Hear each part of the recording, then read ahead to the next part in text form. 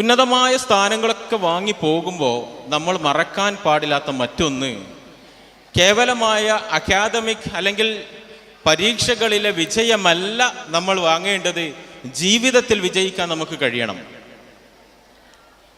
മുഖ്യമന്ത്രിയുടെ കയ്യിൽ നിന്ന് ഏറ്റവും കൂടുതൽ മാർക്ക് വാങ്ങിയതിന് അവാർഡ് വാങ്ങിയ ഒരു പയ്യൻ, അവൻ +2 ഫുൾ A+ വാങ്ങി, ഡിഗ്രിയിൽ ഒരു വലിയ റാങ്കുകൾ വാങ്ങി, പിന്നീട് സിവിൽ സർവീസ് എക്സാമിനേഷനിൽ ഉന്നത റാങ്കോട് കൂടി വിജയിച്ചു, IAS-കാരനായി.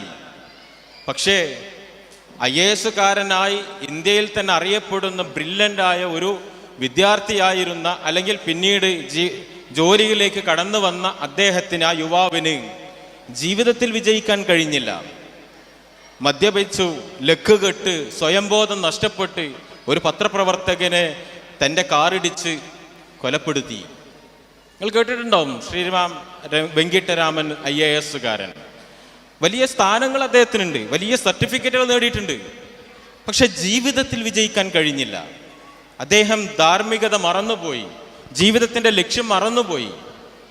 അപ്പോൾ കുറേ സർട്ടിഫിക്കറ്റുകളും വിജയങ്ങളും നേടുന്നതിനേക്കാൾ കൂടുതൽ, അല്ലെങ്കിൽ അതിൻ്റെ കൂടെ നമ്മൾ വാങ്ങേണ്ടത്, ഉൾക്കൊള്ളേണ്ടത് ജീവിതത്തിൻ്റെ അർത്ഥവും ജീവിതത്തിൻ്റെ ലക്ഷ്യവുമാണ്. അത് മറന്നു പോവരുത്.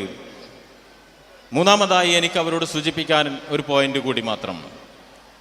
നിങ്ങൾക്ക് ഓരോ മേഖലകളിലേക്ക് ഇങ്ങനെ കടന്നു പോകാൻ താല്പര്യമുണ്ടാവും. നമ്മുടെ രക്ഷിതാക്കൾ ഒരു പക്ഷേ നമ്മുടെ ഒരു ഇഷ്ടത്തിനനുസരിച്ചാവണമെന്നില്ല അവർ നമുക്ക് ചില നിർദ്ദേശങ്ങൾ നൽകുന്നത്. അവിടെ നമ്മുടെ പാഷൻ എന്താണ്, എൻ്റെ താല്പര്യം എന്താണ്, എൻ്റെ അഭിരുചി എന്താണ് എന്ന് തിരിച്ചറിഞ്ഞ് ആ ഒരു മേഖലയിലേക്കാവണം നമ്മൾ മുന്നോട്ട് പോവേണ്ടത്.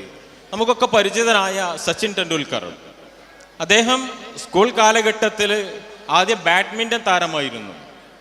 പക്ഷേ അദ്ദേഹത്തിന് മനസ്സിലായി, എനിക്ക് തിളങ്ങാൻ പറ്റുന്ന ഫീൽഡല്ല ബാഡ്മിൻ്റൺ. അദ്ദേഹം ക്രിക്കറ്റ് ബാറ്റ് എടുത്തു, പരിശീലനം നടത്തി, ആ ഒരു മേഖലയിൽ അദ്ദേഹം വിജയിതനായി. കെജ്രിവാൾ, നമ്മൾ കേട്ട രാഷ്ട്രീയ പ്രവർത്തകനാണ് കെജ്രിവാൾ.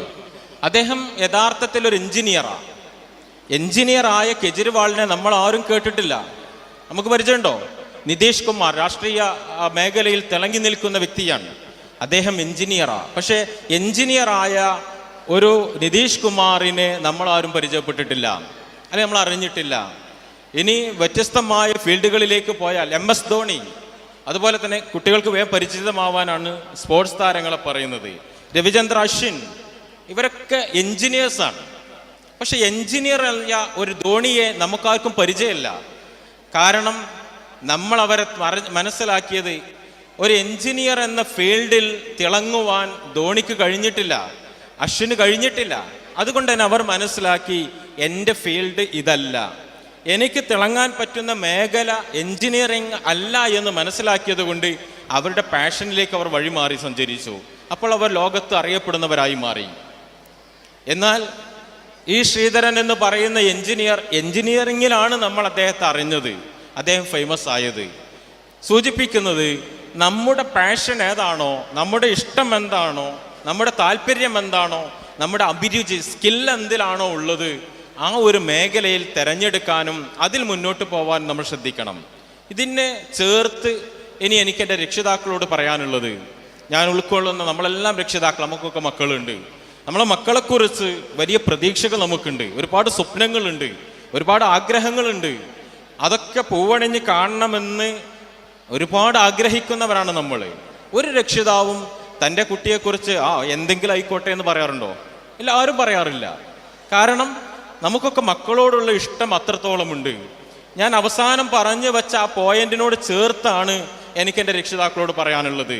നമ്മുടെ മക്കൾക്ക് ഈ അവാർഡുകളൊക്കെ വാങ്ങി അവർ വരുമ്പോൾ, ഇനി അവാർഡ് കിട്ടാതെ പോയവരാവട്ടെ, നമ്മുടെ കുട്ടികൾ പഠിച്ചുകൊണ്ടിരിക്കുന്ന മക്കളോട് നമുക്ക് ചെയ്യാനുള്ള ഒരു കടമ അല്ലെങ്കിൽ ഒരു ബാധ്യത എന്ന് പറയുന്നത്, അവരുടെ അഭിരുചി തിരിച്ചറിഞ്ഞ് അവരുടെ കഴിവ് മനസ്സിലാക്കി ആ മേഖലയിലേക്ക് അവരെ വഴിതിരിച്ച് കൊണ്ടുവരാൻ, ആ മേഖലയിൽ അവരെ കൈപിടിച്ച് കൊണ്ടുവരാൻ നമ്മൾ അവരുടെ കൂടെ നിൽക്കണം. എന്നോട് പറയും, നമ്മൾ അവരുടെ കൂടെ നിൽക്കണം. അവിടെ അവനെ കണ്ടോ ഇവനെ കണ്ടോ, അവൻ അങ്ങനെ ആയില്ലേ ഇവൻ ഇങ്ങനെ ആയില്ലേ എന്ന് പറഞ്ഞുകൊണ്ട് മറ്റുള്ള കുട്ടികളുമായി കമ്പയർ ചെയ്ത് മക്കളോട് സംസാരിക്കരുത്. കാരണം അവർ വേറെയാണ്. നമ്മുടെ കുട്ടിയുടെ കഴിവും നമ്മുടെ കുട്ടിയുടെ പ്രാപ്തിയും ശേഷിയും വേറെയാണ്. അതുകൊണ്ട് അവൻ കണ്ടില്ലേ, ആ ഫീൽഡിൽ പോയി അവൻ അങ്ങനെ വിജയിച്ചില്ലേ എന്നല്ല നമ്മൾ അവരോട് പറയേണ്ടത്. നിനക്ക് ഏത് മേഖലയാണോ ഇഷ്ടമുള്ളത് ആ മേഖലയിൽ എത്തിപ്പിടിക്കാൻ പറ്റുന്നതിൻ്റെ മാക്സിമം എത്തിപ്പിടിക്കുവാൻ നമ്മൾ അവർക്കൊരു കൈത്താങ്ങായി അവിടെ കൂടെ നിൽക്കുവാൻ നമുക്ക് സാധിക്കണം. അതാണ് ഒരു രക്ഷിതാവെന്ന നിലക്ക് നമുക്കുള്ള ബാധ്യത. അതോടൊപ്പം ഒരു കുടുംബത്തിൽ സന്തോഷവും സ്നേഹവും വാത്സല്യവും എല്ലാം ഉണ്ടാകുമ്പോഴാണ് അത് കുടുംബാവുക. നമ്മുടെ ക്യാപ്ഷൻ തന്നെ കൂടുമ്പോൾ ഇമ്പമുള്ളത് കുടുംബം എന്നാണ്. കുടുംബം മാത്രമല്ല ഇമ്പമുണ്ടാവേണ്ടത്, അല്ലാത്തപ്പോഴും ഇമ്പമുണ്ടാവണം കുടുംബത്തിൽ. കുടുംബം മാത്രമല്ല ഇമ്പവും സ്നേഹവും ഉണ്ടാവേണ്ടത്. എല്ലാ സമയത്തും ആ സ്നേഹവും ഇമ്പവും നിലനിൽക്കണം. അതിന് ഒരു കുടുംബത്തിൻ്റെ പ്രാഥമിക ഘട്ടം എന്ന നിലക്ക് നമ്മുടെ രക്ഷിതാക്കൾ അവിടുന്ന് തുടങ്ങണം. കുടുംബത്തിൻ്റെ സ്നേഹവും ഐക്യവും ഊഷ്മളതയുമെല്ലാം അവിടെ നിന്നാണ് തുടങ്ങേണ്ടത്. എന്ന് പറഞ്ഞാൽ ഭാര്യയും ഭർത്താവും എന്ന് നമ്മൾ പറയുന്ന ഇണകൾ, ഖുർആൻ സൂചിപ്പിച്ച ഇണകൾ അവിടെ നിന്ന് തുടങ്ങണം. അതിൻ്റെ സെലക്ഷൻ മുതൽ അതിൻ്റെ പ്രോസസ്സ് തുടങ്ങണമെന്നതാണ് ഇസ്ലാമിക അധ്യാപനം നമ്മെ പഠിപ്പിക്കുന്നത്. മഹാനായ പ്രവാചകൻ സല്ലല്ലാഹു അലൈഹി വസല്ലമയുടെ വചനങ്ങളൊക്കെ പരിശോധിക്കുമ്പോൾ പ്രവാചകൻ അങ്ങനെയാണ് നിർദ്ദേശം കൊടുക്കുന്നത്. നിങ്ങൾ ആരെ ഭാര്യയായി തിരഞ്ഞെടുക്കണം എന്നിടത്തുനിന്ന് തുടങ്ങുന്നു നമ്മുടെ പാരൻറ്റിങ് എന്ന് പറയുന്ന റോള് വരെ എന്ന് ചരിത്രം നമ്മെ പഠിപ്പിക്കുന്നുണ്ട്. അതുകൊണ്ട് ചരിത്രത്തിലേക്ക് പോകാനുള്ള സമയമില്ലാത്തത് കൊണ്ട് അങ്ങോട്ട് ഞാൻ പോകുന്നില്ല. അപ്പം നമ്മൾ അവിടെ ഭാര്യയും ഭർത്താവും തമ്മിലുള്ള ആ ഒരു ഡൈനാമിസം സ്മൂത്ത് ആകുമ്പോഴാണ് കുടുംബമായി മുന്നോട്ട് പോവുക. നമ്മളെ മക്കളോട് നമ്മൾ പറയണം, നീ അവനെ കണ്ടില്ലേ, അവളെ കണ്ടില്ലേ, നീ അവനെ നോക്ക് എന്ന് പറയുന്നതിന് പകരം ഞാൻ എൻ്റെ രക്ഷിതാക്കളോട് ചോദിക്കുക, എത്ര പേർക്ക് മക്കളെന്നോട് പറയാൻ കഴിയും, നീ എന്നെ പോലെയാവ്, നീ എന്നെ കണ്ടു പഠിക്കുക എന്ന് നമുക്ക് പറയാൻ കഴിയാറുണ്ടോ? മനസ്സിലായോ? നമ്മൾ വേറുള്ളവരെ ചൂണ്ടി നീ അവനെ പോലെയാകു എന്ന് പറയുന്നതിന് പകരം നീ എന്നെ കണ്ട് പഠിക്ക്, നീ എന്നെ പോലെയാവ് എന്ന് പറയാൻ നമുക്ക് കഴിഞ്ഞിട്ടുണ്ടോ നമ്മുടെ മക്കളോട്? കഴിയണം. അപ്പോഴാണ് മക്കൾക്ക് നമ്മളെപ്പോലെ ആവാൻ കഴിയുള്ളൂ. അപ്പോഴാണ് മക്കൾ നമ്മൾ ഉദ്ദേശിച്ചത് പോലെ ആവുള്ളൂ. അപ്പം എൻ്റെ കുട്ടി എങ്ങനെ ആവണം എന്നാണോ ഞാൻ ഉദ്ദേശിക്കുന്നത്, ആ രൂപത്തിലാവണം എൻ്റെ സ്വഭാവം, ആ രൂപത്തിലാവണം എൻ്റെ ഇണയുടെ സ്വഭാവം, ആ രീതിയിലാവണം നമ്മൾ മുന്നോട്ട് പോവേണ്ടത്. അപ്പം മക്കളോട് നമുക്ക് പറയാൻ പറ്റും, നീ എന്നെ കണ്ടുപഠിക്ക്, എന്നെ പോലെ ആയിക്കോ, നീ ഞാൻ ജീവിക്കുന്ന പോലെ ജീവിക്ക്, ഞാൻ പെരുമാറുന്നത് പോലെ പെരുമാറ്, ഞാൻ മറ്റുള്ളവരെ ആദരിക്കുന്ന പോലെ നീ ആദരിക്ക്.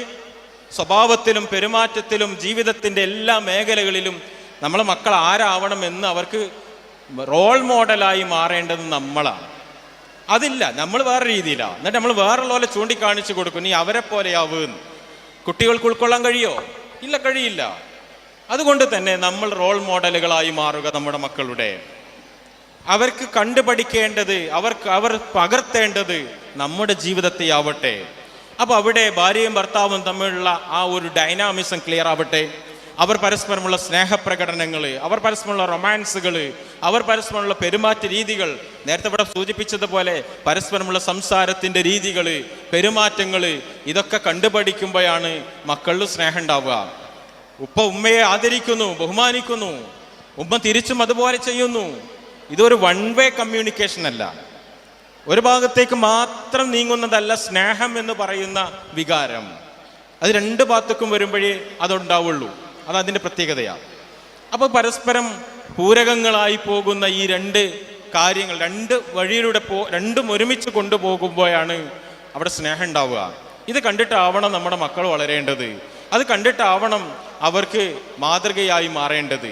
അപ്പോൾ ആ ഡൈനാമിസം ക്ലിയർ ആവണം.